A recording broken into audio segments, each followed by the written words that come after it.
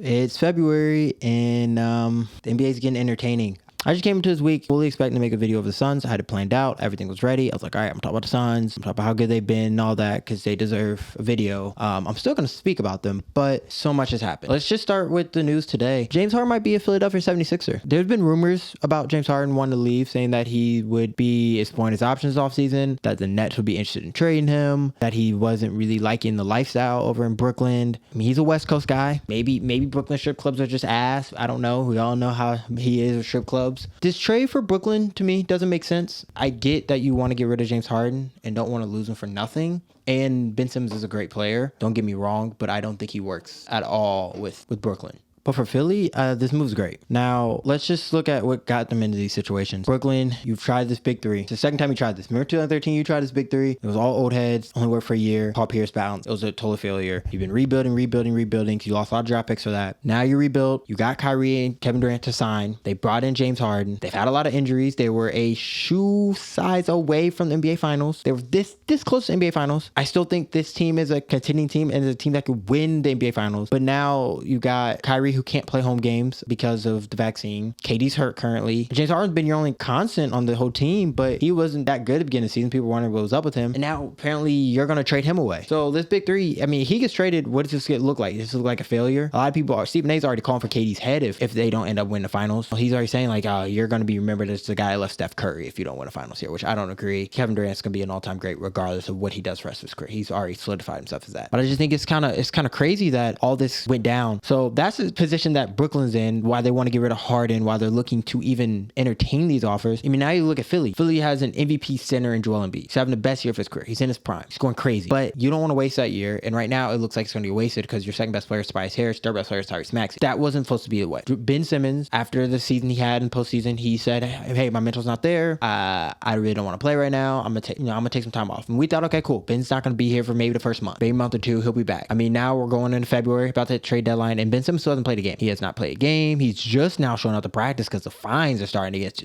get to him. But he doesn't seem like he has any interest in playing. And he said he doesn't want to play in Philadelphia. He said, I'm not playing until I get traded. And we thought Philly was going to wait till the offseason so they can get a bigger deal, a bigger offer for him, a better player. They want a lot. They want a lot for Ben Simmons. But I think if you're Philly, if James Harden is offered, you accept that. You accept that regardless. I mean, he works perfectly on this team. Not only do you get Joel Embiid, a point guard that can shoot, you give him an elite scorer, you also give him an elite playmaker, a guy who can play pick and roll game with, and then you give James Harden a great big man. I mean, we've seen what we did with Clint Capella. Imagine that on steroids. That's what Joel Embiid is for him. And now he's a guy knock down 3-point shots. You can play pick and roll game with. He can pass it inside too. He can go get his own basket with Tobias Harris on the wing, with Tyrese Maxey. James Harden on this team right now, I put them as my second favorite best team in the East. If you put James Harden team right now, they're the second best team in the East. I still think Milwaukee's the best. I think that the chemistry they have, championship pedigree they have, Giannis is arguably the best player in the world right now. But you put Joel Embiid with James Harden, that is the second best team in the East. And I think they're giving Milwaukee a very, very hard run for their money. I think the real question is now with Brooklyn though. We understand if James Harden goes to Philly, what happens there. But then Brooklyn, what do you do with Ben Simmons? You keep him because he doesn't work. You already have Kyrie there. You have KD. They're both elite scorers, but they're also elite shooters. You bring in a point guard now who can't shoot the ball. He's gonna clog up the paint. Don't really have a big. You play him as like a Draymond Green role over in Golden State. Like, what do you do with Ben Simmons? I don't understand. Brooklyn already has a lot of issues, internal issues, and now you're gonna bring in another guy with more internal issues onto your team. For Brooklyn, this trade doesn't make any sense to me. If I'm them, I'm waiting for the offseason. Then if James Harden wants to go, then we trade him away, do something in the offseason. In retrospect, yes, he's a big name player. He's a great player. He's all-star player, caliber guy. You can trade him away, maybe get something better. I think that's the best bet you have. Honestly, to me, keeping him on your team just doesn't make any sense to me. But like I said, the NBA's been getting entertaining. We're getting trade rumors, and we had a trade today. Our first trade, the Blazers. The Blazers last season traded away Gary Trent Jr. to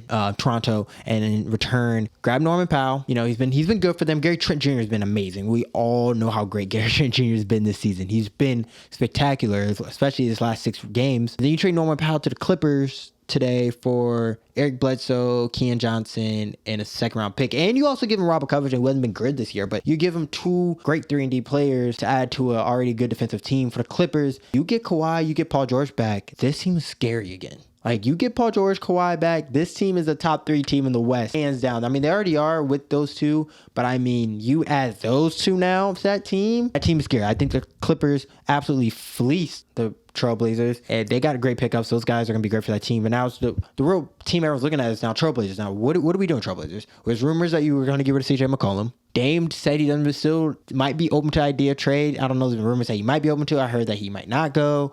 Are you getting rid of the Dame and CJ era? You know, we've been doing this for 5 to 6 years. Like, we're tired. I'm tired of seeing. I'm not even a Blazers fan. I'm tired of seeing CJ Dame, second, third round, first round bounce. I'm tired of seeing it. It hasn't worked. It doesn't work. You haven't got the right players around him. Your front office has obviously not been able to put the complementary players around that team, around those players. Just get rid of it and try something new. Take a note from the Indiana Pacers. All right, you know, it's time to just shove it away and do something new. If I'm Portland, trade Dame, trade CJ, and get some picks and do something new. But don't do the dumb picks, like the dumb trades like you did today. Like, the trade made no sense. You got Eric Bledsoe, you got Keon Johnson, you got a second round pick. You didn't even get a first round pick. I don't know what you traded away. Norman Powell for nothing. You gave away Gary Trent for nothing. I just don't understand that. What is going, like, I don't know. To me, you have a horrible franchise. You have a horrible front office, in my opinion. You haven't done anything with CJ and McCollum for 5 years. So you brought in Melo for a couple years. He didn't work. You had Gary Trent Jr. I don't know why you got rid of Gary Trent Jr.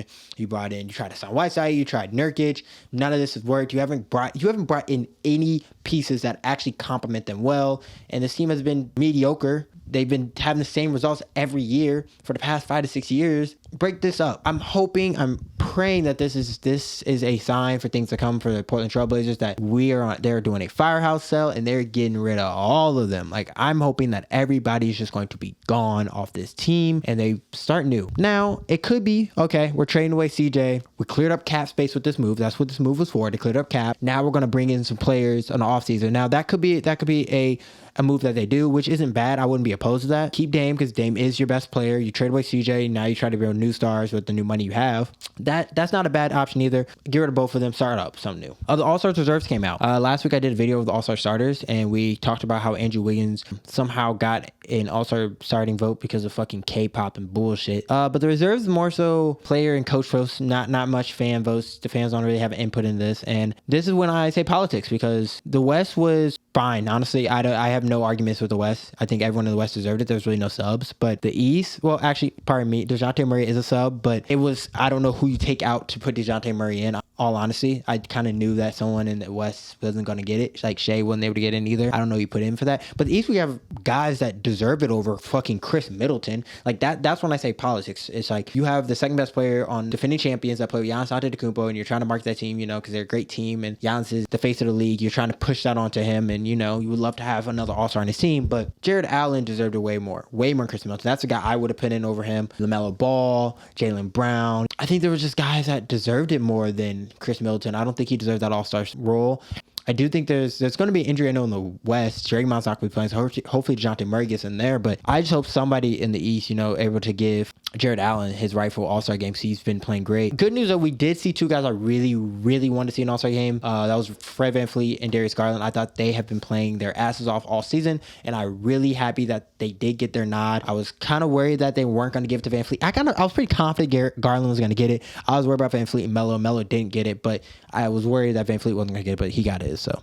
Like I said originally in the video, I came on to do this video about the Suns, so I am going to talk about them. Now, I live in Phoenix, and let me just say this. I wasn't around during the Steve Nash eras, which is my favorite Suns team ever. It's my second favorite point guard of all time. I wasn't there for the post Steve Nash eras when they traded him away to the Lakers, and they went through coach after coach, GM after GM, terrible draft pick after terrible draft pick. You brought in Devin Booker. I mean, I wasn't there for the Dragic Bender days, the Goran Dragic days. We brought in Devin Booker, and I remember the argument for Devin Booker first couple years was, he's good, he's a great scorer, but he gets empty stats. He's not winning. He was going through a different coach every season. He was going through a different coach. He couldn't even get a rhythm with anybody. So I always hated that argument with him. I know they tried to do it with Trae Young now, but the Suns were kind of the laughing stock of the NBA for about 4 to 5 years.